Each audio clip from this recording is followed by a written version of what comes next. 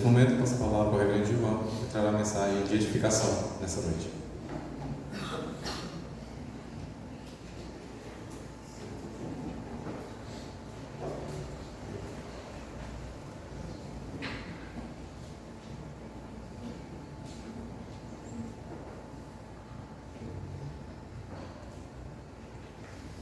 Graça e paz, meus irmãos. Vamos abrir a palavra do Senhor em Efésios, capítulo 5.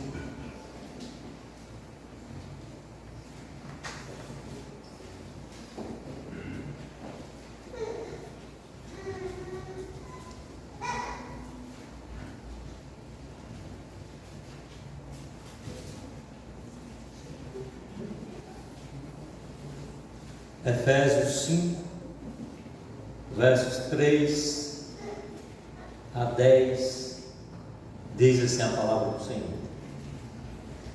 Mas a impudicícia e toda sorte de impurezas ou cobiça nem sequer se nomeie entre vós como convém a santos, nem conversação torpe, nem palavras vãs ou chocarrices, coisas estas inconvenientes. Antes, pelo contrário, ações de graças. Sabei, pois, isto: nenhum incontinente, ou impuro, ou avarento, que é idólatra, tem herança no reino de Cristo e de Deus. Ninguém vos engane com palavras vãs, porque por estas coisas vem a ira de Deus sobre os filhos da desobediência. Portanto, não sejais participantes com eles. Pois outrora erais trevas, porém agora sois luz do Senhor. Andai como filhos da luz, porque o fruto da luz consiste em toda bondade, justiça e verdade, provando sempre o que é agradável ao Senhor.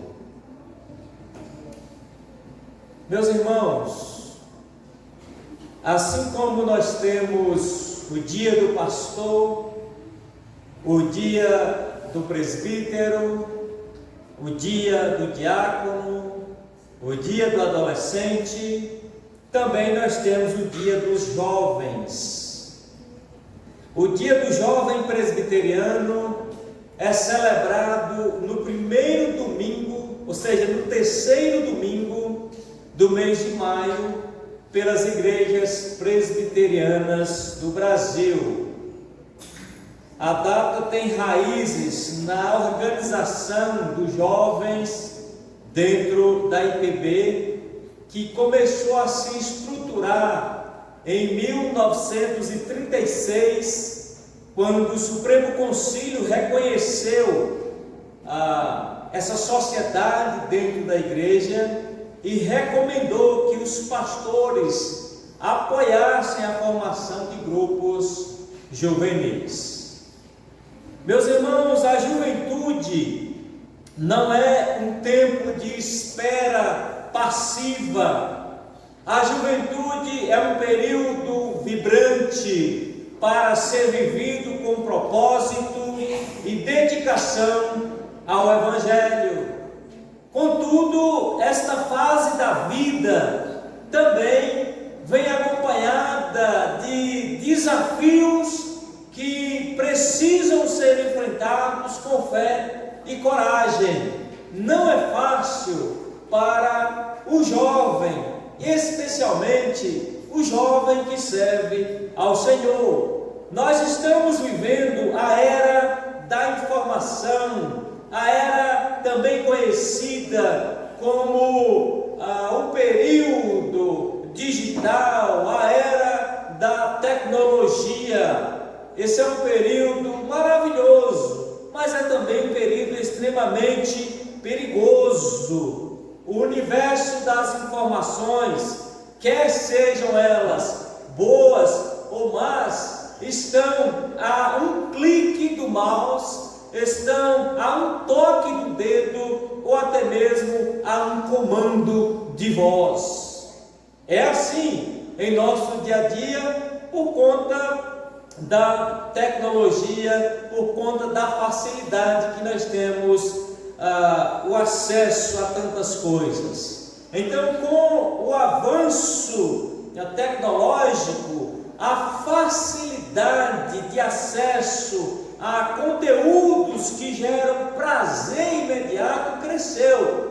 E quem está exposto? Todos nós, mas especialmente a juventude, os jovens, os adolescentes estão expostos a este mundo tecnológico. E com isso, com o avanço da tecnologia, a pornografia passou a ser produzida em grande escala e disponibilizada de forma gratuita, de modo que os jovens, os adolescentes, a população de uma forma geral, mas eu quero focar especialmente na questão do jovem. Então, o fato é que, desta forma, com essa disponibilidade desses materiais na grande rede, crianças, jovens, adultos podem em uma fração de segundos serem contaminados com toda a maldade que esse mundo produz. Dados estatísticos revelam que cerca de 12% dos sites na web são pornográficos.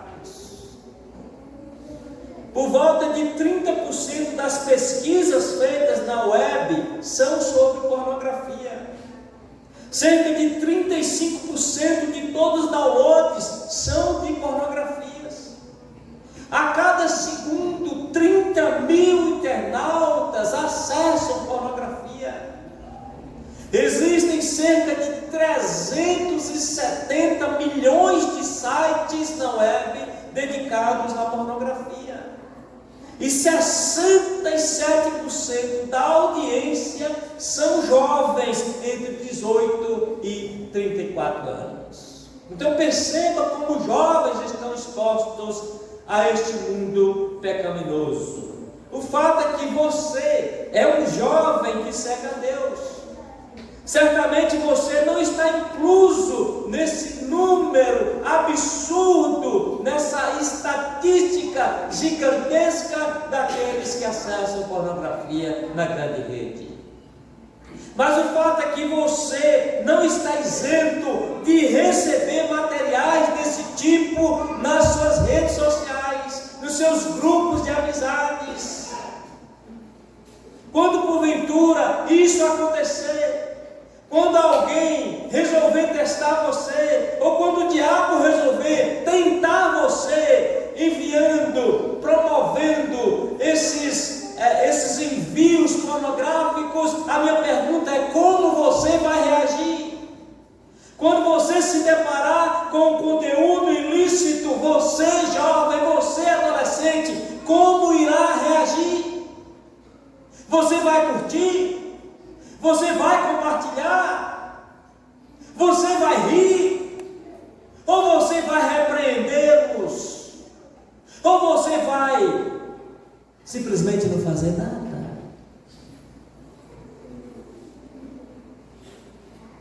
Essas situações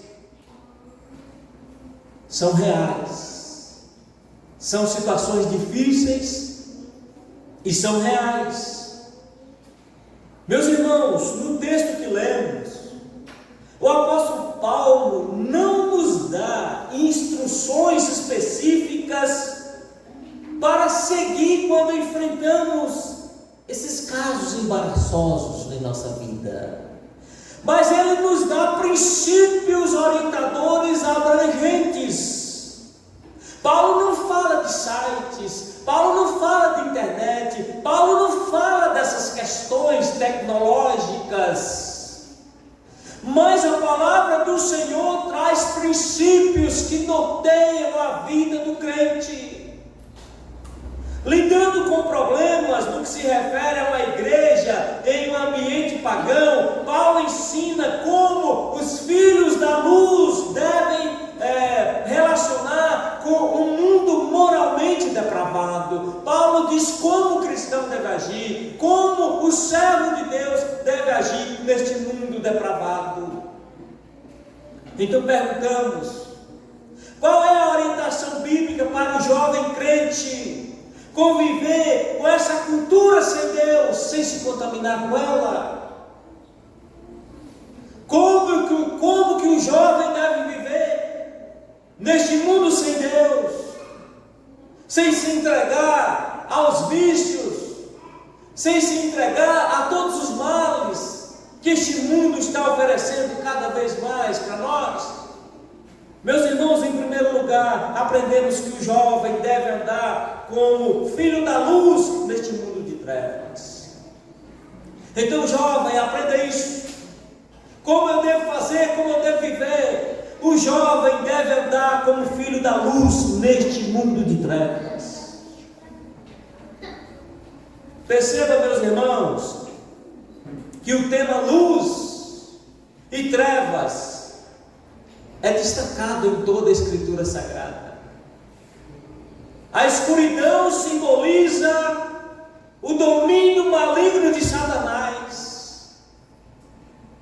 A escuridão também simboliza os atos pecaminosos daqueles que não obedecem a Deus, que se rebelam contra o Senhor. No Novo Testamento, nós encontramos várias vezes esse tema relacionado à luz em contraste com as trevas. E esse tema revela que a diferença entre o cristão e o incrédulo é precisamente a diferença que existe entre estar na luz e estar nas trevas. E sobre isso nosso Senhor Jesus Cristo diz: eu sou a luz do mundo. Quem me segue não andará nas trevas, pelo contrário, terá a luz da vida. Dirigindo-se aos seus seguidores, o Senhor Jesus Cristo também diz: vós sois a luz do mundo. Está registrado em Mateus 5,14. Vós sois a luz do mundo. Observe que por causa da nossa relação com o Senhor Jesus Cristo, nós fomos transformados, nos tornamos em luz do mundo por conta da relação que temos com Cristo. Afinal de contas, nós somos intitulados de cristãos. Então esta é uma das principais maneiras pelas quais nós somos apresentados nos Evangelhos. E meus irmãos, o que é característico dos Evangelhos é igualmente característico das epístolas gerais. Vejam a grande declaração que o apóstolo Pedro faz sobre a sua igreja, e por que não dizer sobre os jovens: vós, porém, sois raça eleita, sacerdócio real, nação santa, povo de propriedade exclusiva de Deus, a fim de proclamar as virtudes daquele que vos chamou das trevas para a sua maravilhosa luz. Além dessas referências, nós vemos isso aparecendo como um contraste em todas as cartas do apóstolo Paulo. Por exemplo, em 2 Coríntios 6,14, Paulo diz: que comunhão há da luz com as trevas? Veja o contraste aqui. Em Colossenses 1,13 ele diz: ele vos libertou do império das trevas e nos transportou para o reino do Filho do seu amor. Em Tessalonicenses: vós, irmãos, não estáis em trevas, sois filhos da luz. Em Efésios 5,8, o texto que nós lemos: outrora, em outro tempo, em outra época, eras trevas. Paulo se dirigindo à igreja, Paulo se dirigindo ao povo do Senhor: outrora vocês eram trevas, mas agora sois luz no Senhor. Deste modo, o apóstolo Paulo ensina que a diferença entre o jovem cristão e o não cristão é uma diferença absoluta. Na verdade, toda a terminologia do Novo Testamento, com relação ao que o cristão é, pode ser descrita em termos de regeneração. O cristão é alguma coisa por conta da regeneração. Irmãos, e quando eu falo de regeneração, não é apenas um ligeiro melhoramento na superfície, uma pequena reforma, um verniz de cima e embaixo, mas é renascimento. O homem só pode ser alguma coisa, diferentemente de trevas, por conta da regeneração do novo nascimento. Então não existe expressão mais radical do que essa que está em 2 Coríntios 5,17. E assim, se alguém está em Cristo, é nova criatura, as coisas antigas passaram, eis que se fizeram novas. Éramos uma coisa, agora nós somos outra coisa. O jovem cristão não é mais treva, escuridão. O jovem cristão agora é luz. Então, meus irmãos, quem foi feito cristão, foi criado de novo, foi nascido de novo, foi regenerado. Eu dou ênfase a essa questão para assinalar o pensamento do apóstolo Paulo expresso aqui no texto que lemos. Olha o versículo 8, Efésios 5:8. Eras trevas, veja como ele é claro. Eras trevas, agora sois luz do Senhor. Vejam, meus irmãos, que esses são termos absolutos. E aqui Paulo traça a nossa radiografia cristã. É notório como Paulo faz uso deste contraste em sua epístola. Ele diz: éramos uma coisa, agora somos outra coisa. Se você puder, volte para o capítulo 2, versículo 12. Veja o que Paulo diz. Naquele tempo, estáveis sem Cristo, separados da comunidade de Israel e estranhos às alianças da promessa, não tendo esperança e sem Deus no mundo. Assim era a minha e a sua vida. Vivíamos sem Deus, sem esperança nenhuma. Veja agora o versículo 19, nesse mesmo capítulo 2. Já não sois estrangeiros, algo aconteceu, regeneração aconteceu, novo nascimento. E aí Paulo diz, já não sois estrangeiros e peregrinos, mas concidadãos dos santos, e sois da família de Deus. Observe como ele diz. É como se ele dissesse assim: jovens, vocês eram, agora jovens, vocês são. Noutro tempo, agora. Essa é a diferença, meus irmãos, entre ser cristão e não ser cristão. Nós somos cristãos ou incrédulos. Nós somos crentes ou incrédulos. Nós estamos na luz ou estamos nas trevas.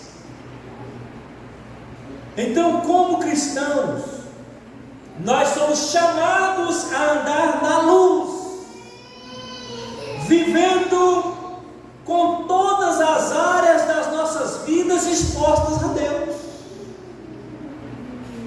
Se apagar as luzes aqui, vocês não conseguem me enxergar, ver alguns detalhes. Então, quando nós estamos na luz, nós estamos expostos, de cima e baixo, e ao olhar de Deus, nós estamos expostos, não apenas por fora, mas também por dentro, porque Deus tem olhos de fogo e enxerga todas as coisas.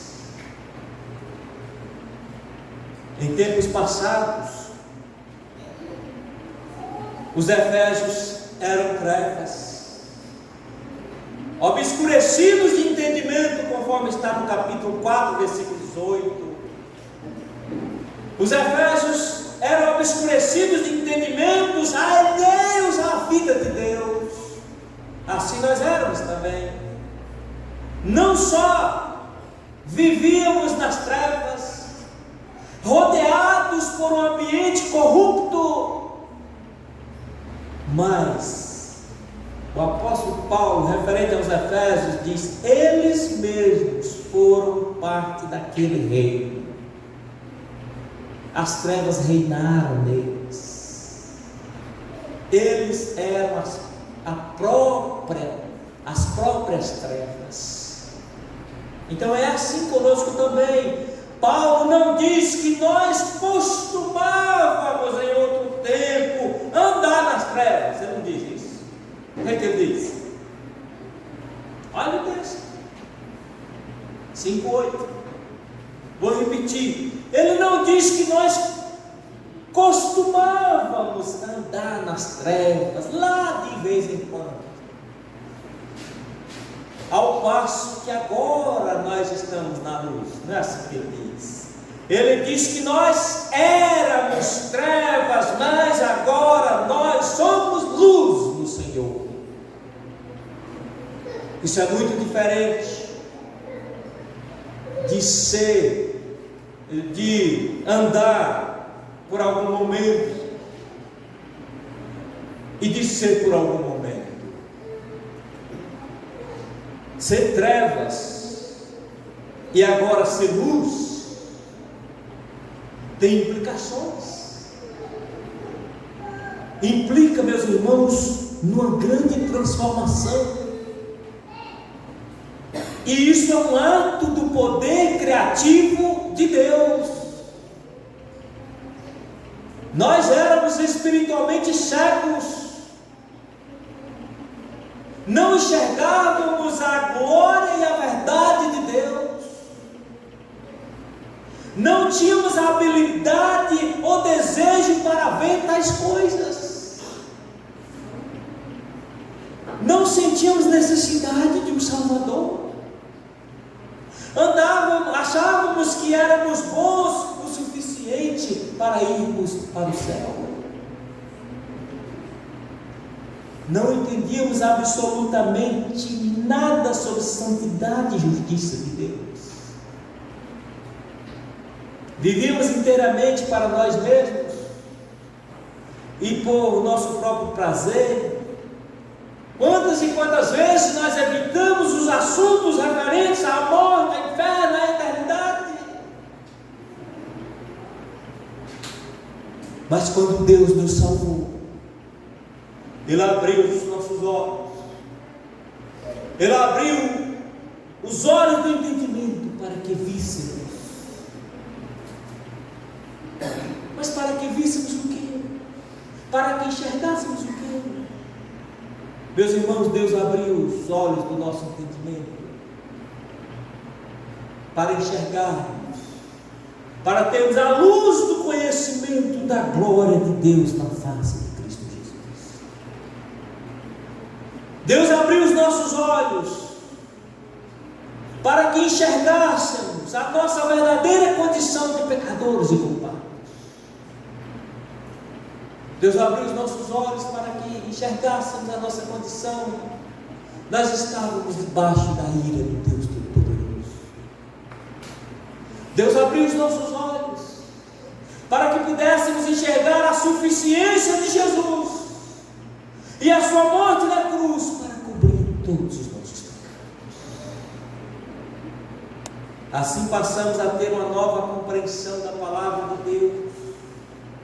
Assim passamos a ter um novo desejo de conhecer a Deus, conhecer a sua verdade cada vez mais. Agora odiamos o pecado em que nós vivíamos, odiamos a condição em que nós estávamos, em que nós éramos, e desejamos ser como nosso Salvador, santo em todos os seus caminhos, em todos os nossos caminhos. Nós agora andamos na luz. e não na escuridão. Nós agora somos luz e não trevas, porque Deus nos fez luz no Senhor. Agora, jovens, pela graça de Deus, vocês são descendência daquele que é luz. Vocês não são filhos da ira. Vocês não são mais filhos da desobediência. Jovens, vocês são filhos da luz. E agora, Paulo diz que nós devemos ser coerentes. Já que não somos mais trevas e somos luz, já que o novo princípio de vida foi implantado em nós, que ele se aflore, que ele apareça, que ele seja visto por todos que nos cercam, no seio da nossa família, entre os colegas de trabalho, entre os colegas de lazer, entre os colegas de escola, na rua, em todo e qualquer lugar. Que a luz que agora nós somos possa contaminar os outros, possa se expandir para os outros. Que o verdadeiro conhecimento de Deus e da sua vontade seja uma constante norma para a nossa vida. Que a justiça e a santidade caracterizam todas as nossas atitudes, palavras e ações. Que a alegria da salvação seja a própria essência das nossas vidas, porque nós não somos mais trevas, nós somos luz. Irmãos, mas presta atenção em uma coisa: só porque nós somos filhos da luz,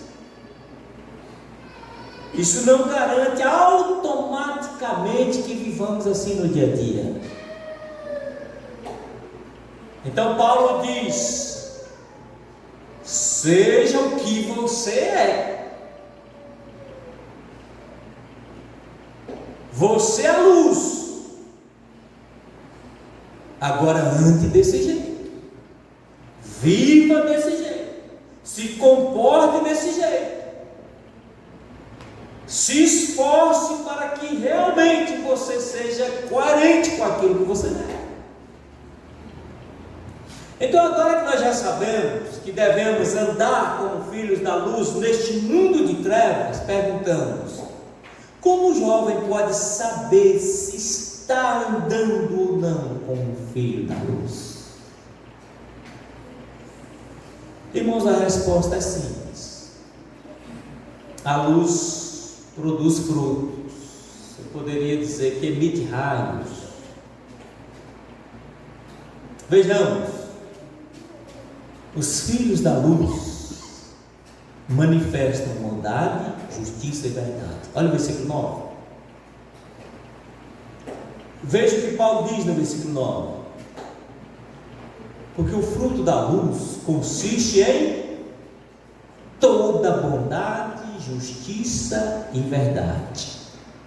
Então voltemos à pergunta: como o jovem pode saber se está ou não andando como filho da luz? Qual é a resposta? Os filhos da luz manifestam bondade, justiça e verdade. Mas o que seria bondade aqui? Esse fruto da luz.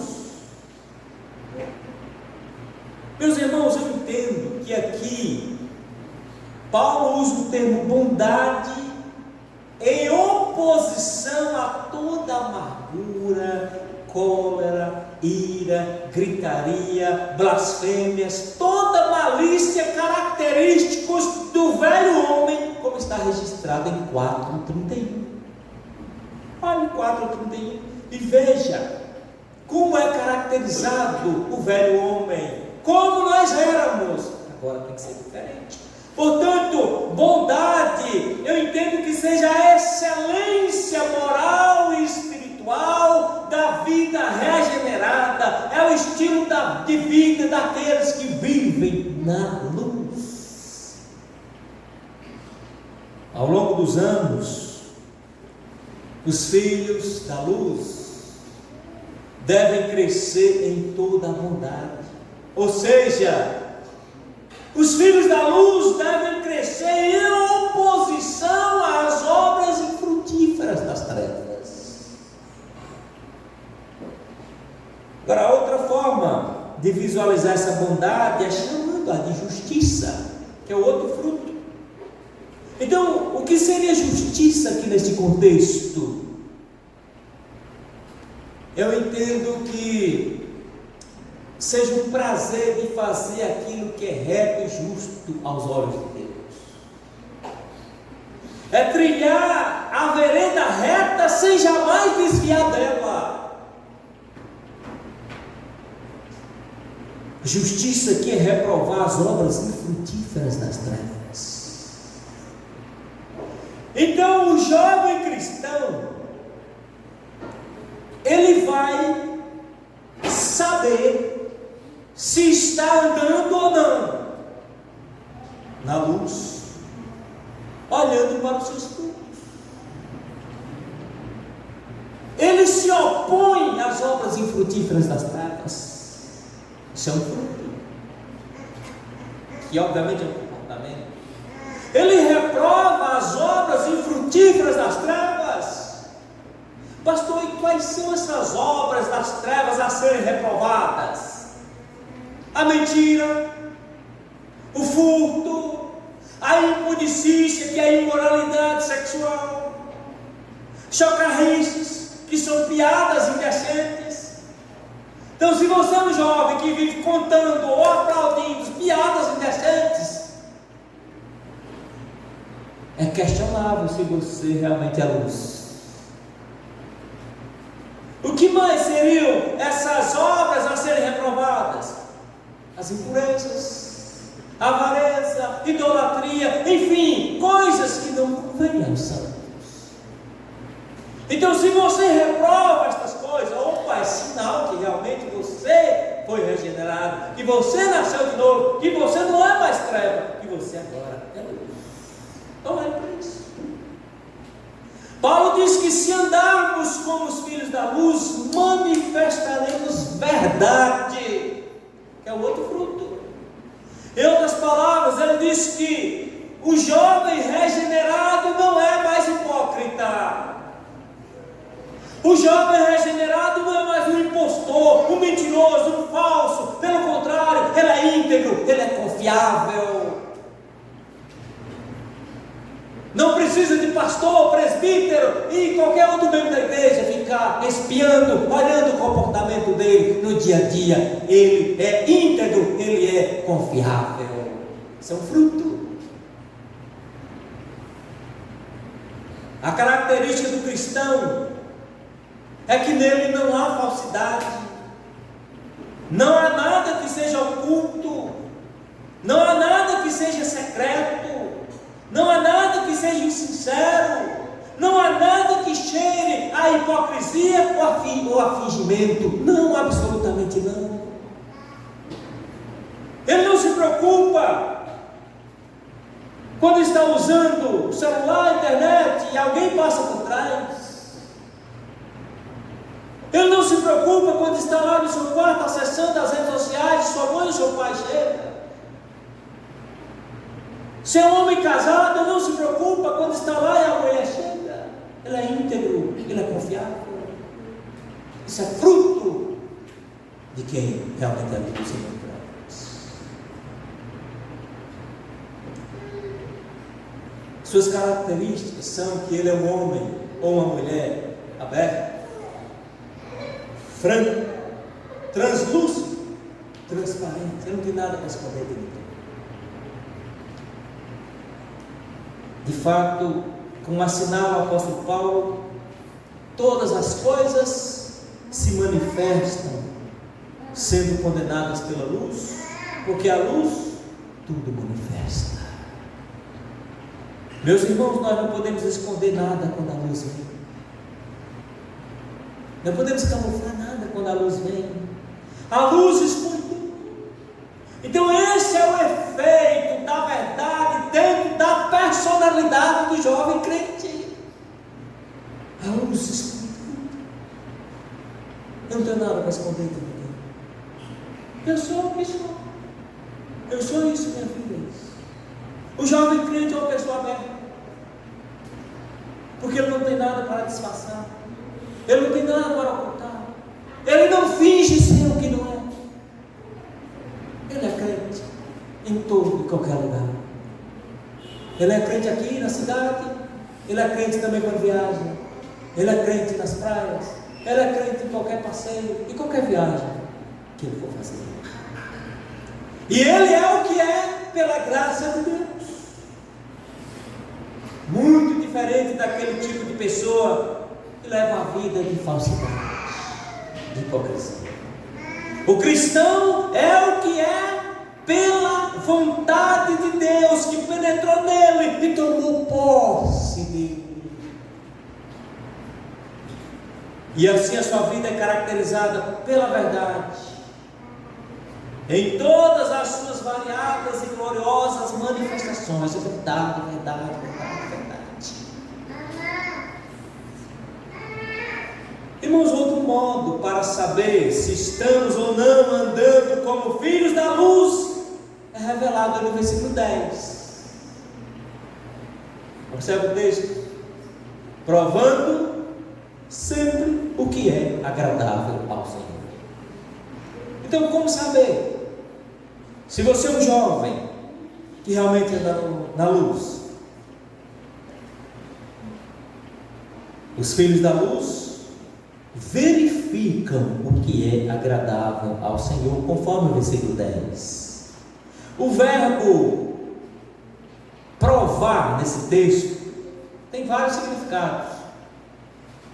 Pode ser pôr à prova, examinar, pode ser comprovar ou verificar por meio de um ensaio, pode ser aprovar. Mas eu creio que verificar aqui seja um significado mais justo ao contexto.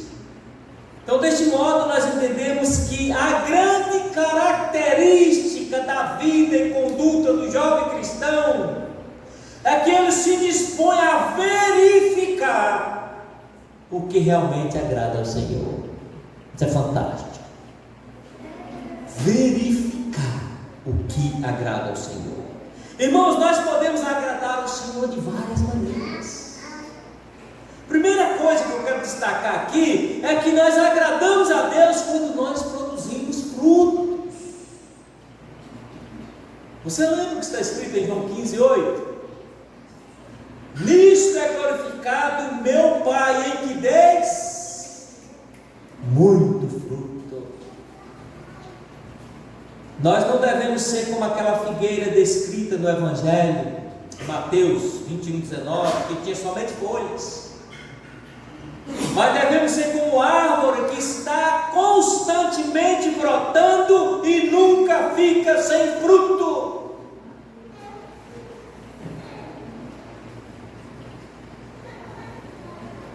Então, eu preciso dizer para você que não é somente a profissão de fé, não é somente a profissão de fé que agrada a Deus, mas também os frutos, o que vem depois. Não basta apenas professar a fé, é preciso frutificar. Não basta apenas falar de teologia reformada, de calvinismo, é preciso frutificar. Quais são esses frutos, pastor? O apóstolo Paulo fala em Gálatas 5:22, mas o fruto do Espírito é amor, é alegria, paz, longanimidade, benignidade, bondade, fidelidade, mansidão, domínio próprio. Estas coisas precisam ser claras e evidentes na vida do jovem cristão, do servo de Deus. Não ser frutífero desonra a Deus. Os frutos produzidos em nós pelo Espírito Santo exibem a glória de Deus. Em segundo lugar, nós agradamos a Deus quando defendemos suas verdades. Comentando Efésios 1,13, Calvino diz que felizes são aqueles que abraçam o Evangelho e firmemente permanecem nele, porque ele, o Evangelho, fora de qualquer dúvida, é verdade e vida. E uma frase muito comum de João Calvino, ele diz: o cão late quando seu dono é atacado. Eu seria um covarde se visse a verdade divina ser atacada e continuasse em silêncio, sem dizer nada. Então o jovem cristão defende a verdade. Hoje nós vemos muitos jovens lutando não pela verdade, mas por suas ideias distorcidas das Escrituras. Procedendo assim, eles lutam por bolha de sabão, correm atrás do vento. Mas aqui nós somos chamados a lutar pela verdade, o Evangelho do nosso Senhor Jesus Cristo. Em terceiro lugar, nós agradamos a Deus com viver santo. Uma vida, meus irmãos, que não reflete santidade, desonra a Deus. Tudo que o jovem deve fazer para refletir, tudo que o jovem deve fazer, deve ser com o objetivo de refletir santidade, pureza e integridade. É difícil? É, mas é assim que nós devemos viver. Nossos pensamentos devem ser santos, nossas conversações no dia a dia devem ser santas, nossos negócios devem refletir santidade, nossos relacionamentos devem refletir santidade, nossa visão de mundo deve refletir santidade.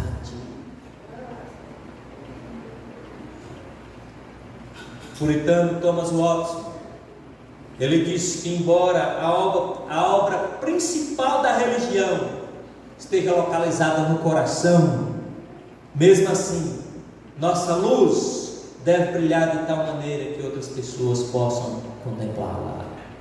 Ele ainda diz que a segurança de um edifício é a fundação, mas a glória dele está na fachada. Assim, a beleza da fé está na conversação do dia a dia. Você vai mostrar quem você é na sua conversação no dia a dia, no seu relacionamento com os outros.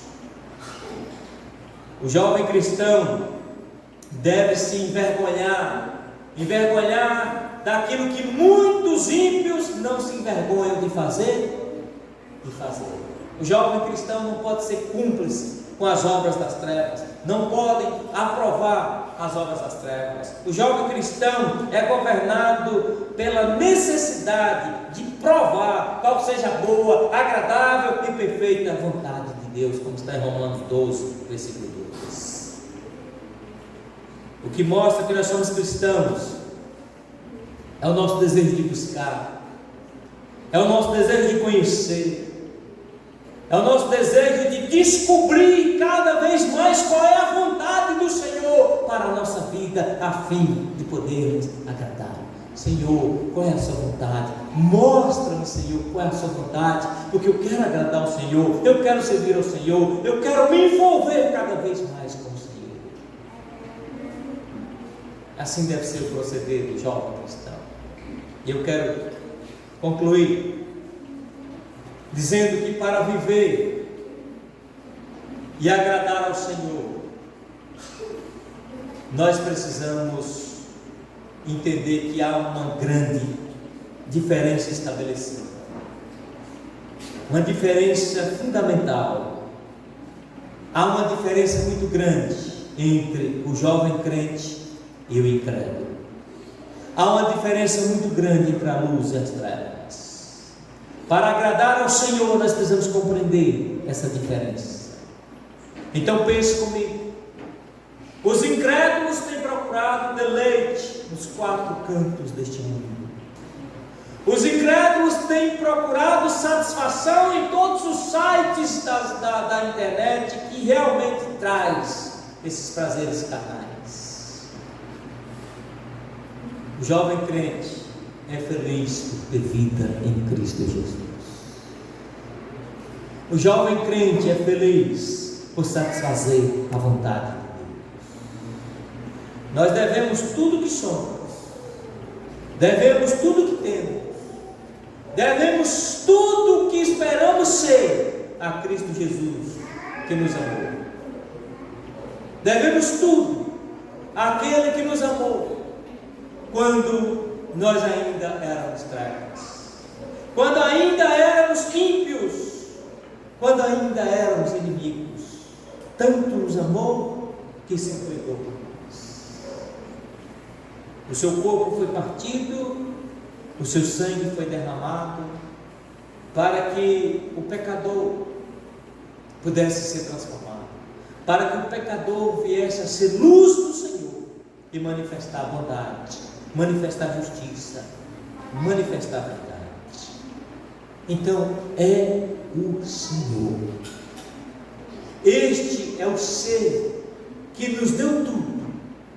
O Senhor Jesus é o motivo, é a razão de não mais vivermos nas trevas, andando segundo o curso deste mundo, segundo as inclinações da carne, fazendo a vontade da carne e dos pensamentos como os demais.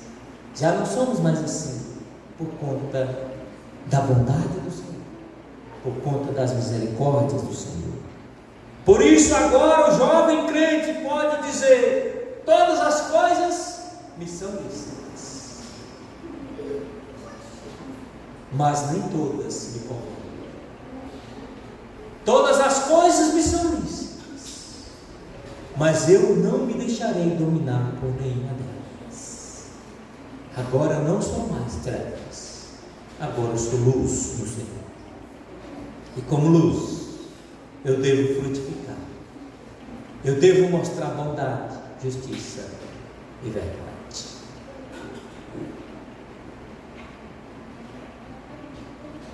Curva a cabeça e ora ao Senhor.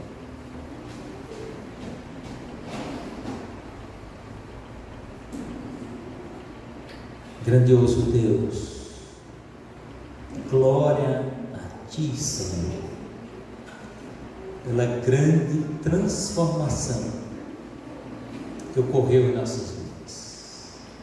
Éramos trevas e agora somos luz. Ó Deus, que a luz não seja apagada, que a luz não seja, meu Deus, sem grandes reflexos, que seja, meu Deus, uma luz tão intensa que outros possam ver Cristo em nós, que os frutos apareçam, a bondade, a justiça e a verdade sejam manifestas em nossas vidas. Senhor, coloco diante de Ti a juventude presbiteriana. Ó Deus, são tantos jovens espalhados por este Brasil que hoje estão celebrando o seu dia. Coloco diante do Senhor a vida de todos eles. O Senhor conhece cada um pelo nome.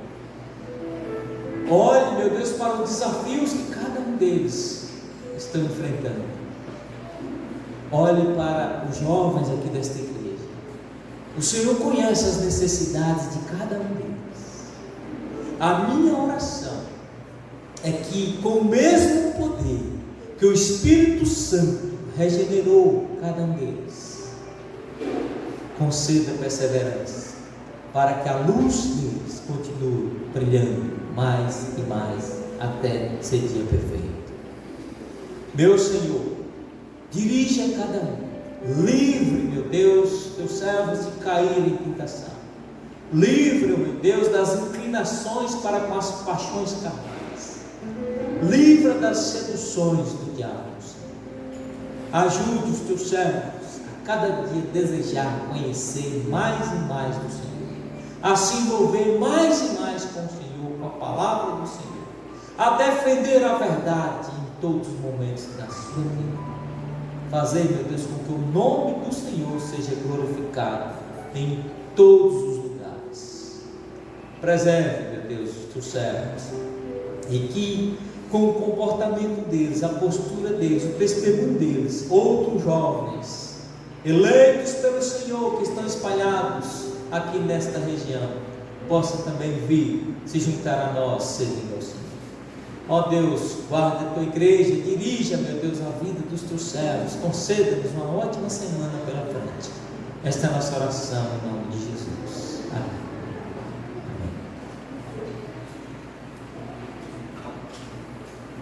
Irmãos, antes de impetrar a bênção, eu quero convidar os jovens aqui à frente, todos os jovens, e nós vamos ouvi-los com o hino próprio deles, o hino 382, todos os jovens aqui à frente. Vamos cantar juntos, a igreja fica de pé, vamos cantar em louvor ao nosso Deus o hino 382. Somos jovens do mundo velho, a pregar novos ideais, do mesmo evangelho que pregaram nossos pais. O mundo muda, mas Cristo não importa que preguemos a salvação. Por cidade presbiteriana somos testemunhas de Jesus.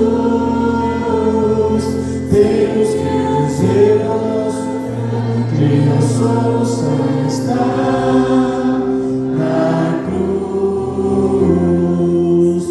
Nossas mãos estarão unidas, combatendo a escravidão de preciosas vidas, sem Jesus, sem direção.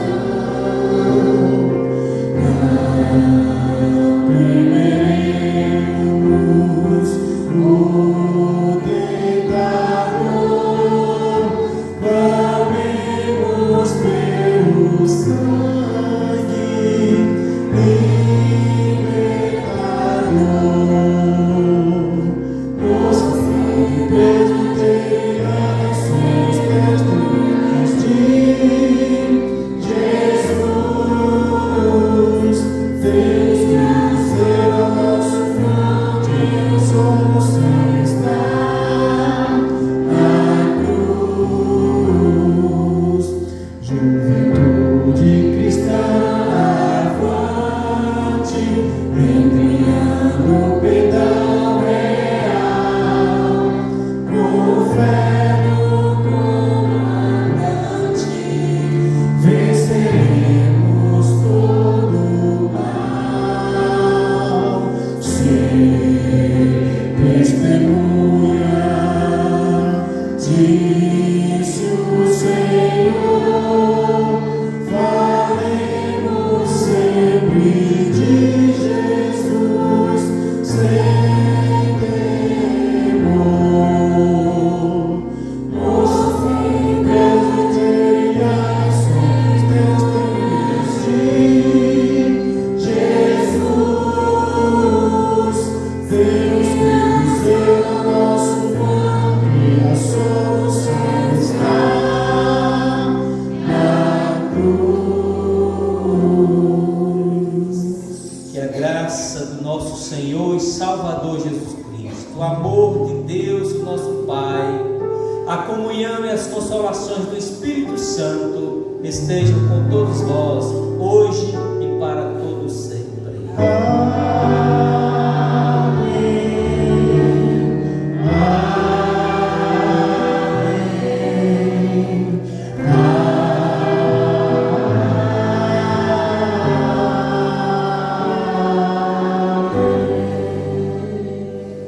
Amém. Podeis assentar. Agradecemos as visitas que estão conosco, está nos visitando Salvador, acho que é a irmã de Tony, né? Salvador, sua esposa Maria Neuza, nossa gratidão. Também Arthur, José, Edu e Maria Augusta, nossa gratidão.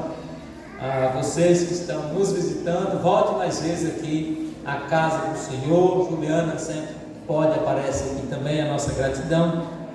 Irmãos, o diácono Glauber informa que foi encontrado R$50 aqui na igreja, já tem quase um mês. Não informamos por conta das programações diferenciadas, mas foi encontrado em um dos bancos da igreja R$50. Se você é o dono, procure o diácono Glauber para que você possa receber esse valor que certamente foi perdido, tá bom? Vamos então para um outro momento aqui no refeitório. Vamos participar desse momento com os jovens, tá? Então a porta de saída é por aqui, todos, inclusive as visitas, vamos ali para o salão, confraternizar com os jovens, abraçar os nossos irmãos.